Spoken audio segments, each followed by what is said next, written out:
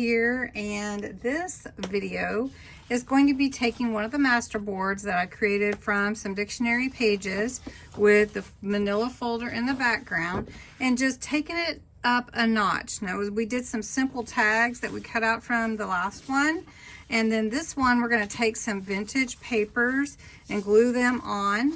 And then we're going to take some of these vintage looking flowers from KC and Company and just a couple of extra little pieces of ephemera to add to the whole thing.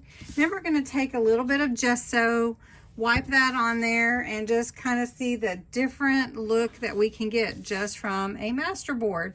So I know you're going to like this project. So let's get started. Now these papers that I have are from a vintage purchase that I shared with you some time back, 1923. You can see, so I'm just gonna tear that. You can see that edge right there. I'm just gonna tear that. And I want to glue that on. Now, if I don't want the whole thing, I'll just take a piece of it off.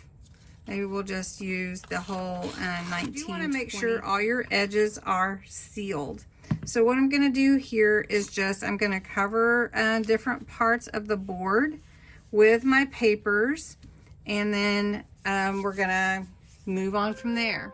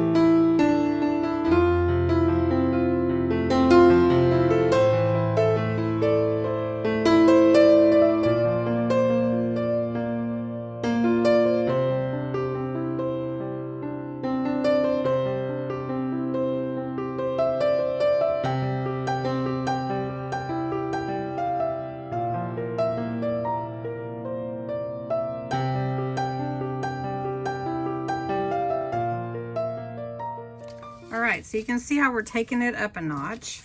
So cover that up, make sure your edges are all down. Of course, that's gonna have to dry, but we're not through yet. Now, if you are not sure about sealing, you can do a sealer on top.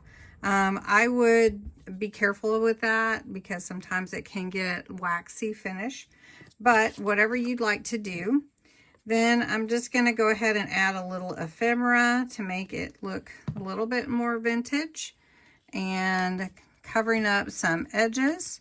And then I'm also going to add some of these flowers from KC and Company's ephemera pack. Now these are fun too to add. We've got some really fun flowers here, some butterflies, some dragonflies, and some fun flowers. I really don't want a lot of glitter on here, but any of the ones that don't have glitter are all right, or they just have a little bit. Okay, so I do like this dragonfly.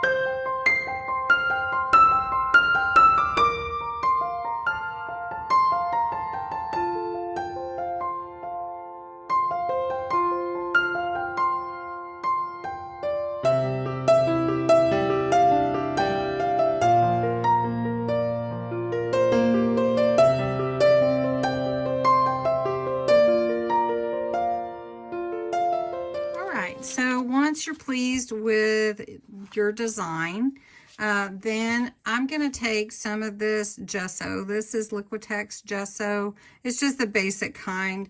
And I'm just going to dry brush some of it onto these different edges just to kind of blend it all in. I'm just using a regular little paintbrush, and I'm just going to get some on my paintbrush and just basically go over the edges to give it a little blending. Now, if you don't want it as much, then you just take a paper towel. Let me find my paper towel. And just wipe some of it off. But you might want that that finish to it because it's a really different look.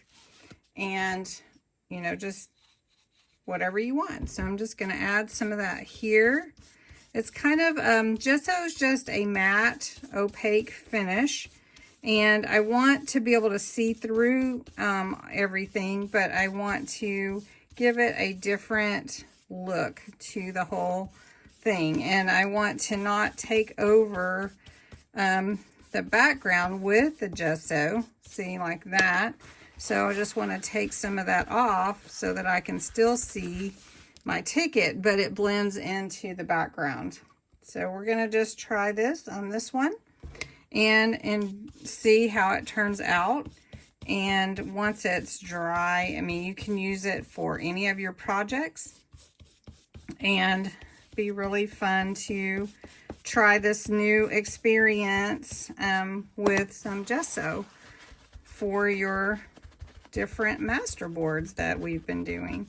So you just see it just adds a little bit different look to it, and really fun to do.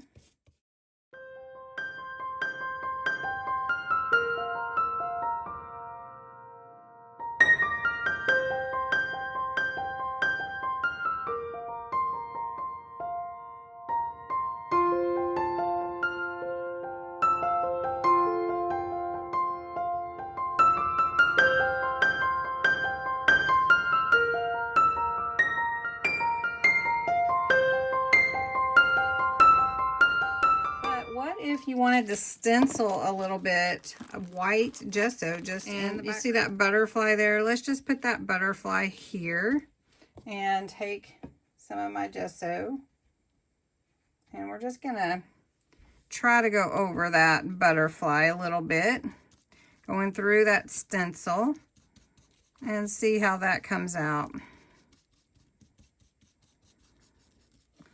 Let's see how that turns out. Oh, that's really pretty.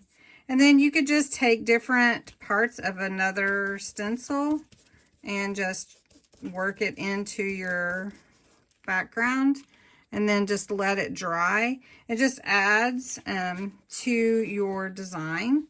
So like this flower here.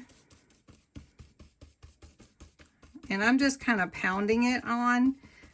You can use a stencil brush, or you could, you know, just do something different. Let me show you kind of how that makes it stand out. So this is sort of a mixed media masterboard. It's totally different, and not everybody, I mean, it is unique. And then don't forget to scan it so you have it next time and you don't lose what you've created. You'll have it always. So there is my masterboard. And I love this look. It's just a beautiful, beautiful, different look. And then once you're all dry, you have a really unique piece, masterboard, to use in your different projects.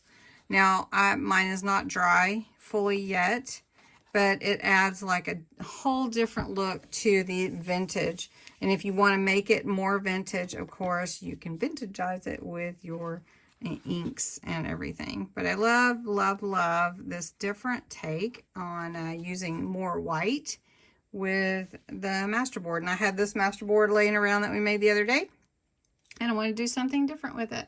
So I hope you enjoyed this video, and you'll give it a thumbs up, comment, share, subscribe, and I'll talk to you again soon. Bye.